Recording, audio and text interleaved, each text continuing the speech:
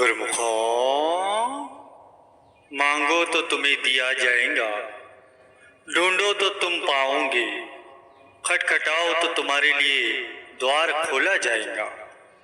जो साधक विशुद्ध हृदय से सच्ची पुकार करता है, निश्चय ही उसकी आत्मा की पुकार कुल मालिक परमात्मा सुनते हैं। यह हर मनुष्य का कर्तव्य है कि पूर्ण संत सद्गुरु की सुखद चरण शरण ग्रहण करे, क्योंकि पूर्ण सद्गुरु ही परम सत्य परमात्मा के पवित्र नाम अर्थात शब्द की दात बख्शते हैं। यही जीव को संसार से मुक्त कराने वाली वास्तविक शक्ति है। यदि कोई साधना या कमाई करता है तो वह अवश्य ही अपने परम लक्ष्य की प्राप्ति करता है।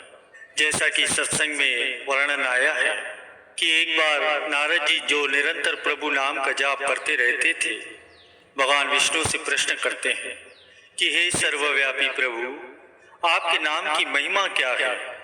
भगवान विष्णु ने नारद जी के संशय को दूर करने हेतु उनसे कहा कि नारद, तुम मृत्यु लोक में जाओ और किसी कीड़े के सम्मुख दिव्य नाम का उच्चारण करो।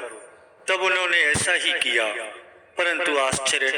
गुरु को वीडियो लाइक करना, सब्सक्राइब करना, प्लीज कमेंट में लिख देना जय सिद्धानंद। प्लीज वीडियो लाइक कर देना, सब्सक्राइब कर देना। प्रभु का नाम उच्चारण करते ही वह कीड़ा मृत्यु को प्राप्त हो गया। नारद जी तुरंत भगवान विष्णु के पास आ पहुंचे और उनसे शिकायत करने लगे, परंतु भगवान विष्णु मुस्कुराने लगे और उनको आदेश दिया कि नारद, देखो उस फूल पर एक तितली बैठी है, उसके समक्ष जाओ और अलौकिक नाम का उच्चारण करो। नारद जी ने तुरंत आज्ञा का पालन किया और उस तितली के पास जाकर प्रभु नाम का उच्चारण किया, परंतु घोर आश्चर्य, प्रभु का नाम सुनते ही तितली के भी प्राण निकल गए। नारद जी घबराकर भगवान विष्णु के चरणों में उपस्थित हुए। तब भगवान ने फिर से आदेश दिया कि जाओ नारद, वो सामने हिरण का जो शावक है उसे ये विशुद्ध नाम सुनाओ। नारद जी ने तुरंत आज्ञा का पालन किया और नाम को सुनते ही हिरण शावक के प्राण पखेरु उड़ गए।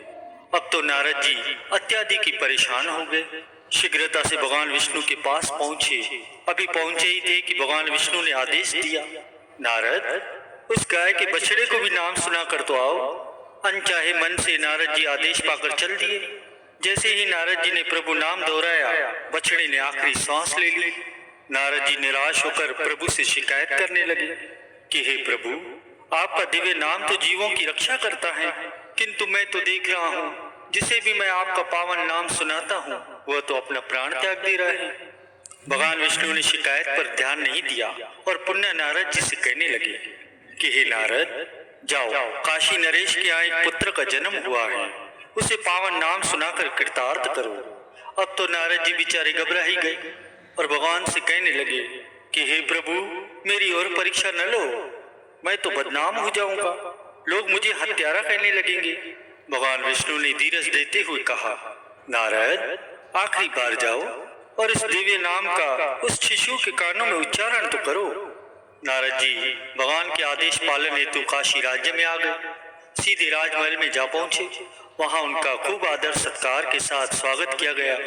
काशी नरेश ने विनम्र प्रार्थना की कि मैं अत्यंत ही भाग्यशाली हूँ जो आज के दिन आप जैसे महापुरुष ने मुझे दर्शन दिए। कृपा मेरे पुत्र को भी आशीर्वाद प्रदान कीजिए। नारद जी को तो इसी अवसर की प्रतीक्षा थी। तुरंत उन्होंने शिशु के कानों में नाम का उच्चारण किया, परंतु घोर आश्चर्य, ये कैसा चमत्कार! प्रभु का नाम सुनकर शिशु बोलने लगा कि हे महर्षि, मैं वास्तव में भाग्यशाली हूँ, आपको मेरा प्रणाम है। नारद जी तो बड़ी हैरानी से शिशु को देखकर कहने लगे, ये कैसे संभव हुआ? तुम्हें कौन सी शक्ति प्राप्त है जिसके द्वारा तुम बोल रहे हो? बालक कहने लगा कि हे महर्षि, क्या आपने प्रभु के दिव्य नाम की महिमा और शक्ति को नहीं पहचाना? मैं ही वो कीड़ा हूँ जो नाम के सुनते ही मृत्यु को प्राप्त हुआ था। तितली भी मैं ही था, हिरण का शावक और गाय का बछड़ा भी मैं ही था। प्रभु का नाम सुनकर मैं प्राण त्यागता रहा और जन्म लेता रहा। आखिर में मुझे मनुष्य जन्म प्राप्त हुआ। ये सब नाम की महिमा का ही तो प्रताप है। उस अलौकिक शक्ति से ही तो ये संभव हुआ है। नाम तो महाशक्तिशाली है। नाम ही आवागमन के चक्कर से छुड़ाने वाला है। यह सुनकर नारद जी के समस्त संशय ही दूर हो गए और वे नाम की महिमा गाते हुए विष्णुपुरी को लौट गए।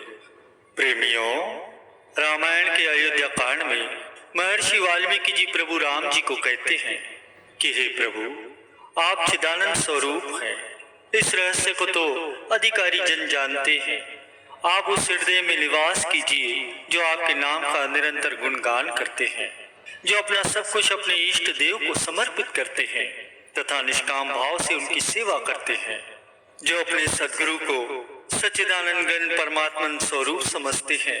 प्रभु उनके हृदय में निश्चय ही वास करते हैं। रामायण में कथन भी आता है कि जस तुम्हार मानस विमल, हंसिनी जीहा जासु, मुक्ताहल गुणगन चुनई, राम बसौ हुई युतासु।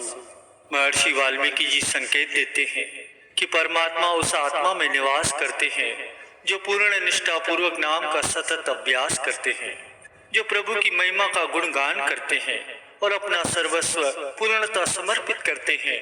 वे निश्चय ही प्रभु को प्राप्त करते हैं। सब ग्रंथों का सार तत्व है प्रभु के दिव्य नाम का सतत अभ्यास। यही सब शास्त्रों, ग्रंथों और धर्मों का सार है।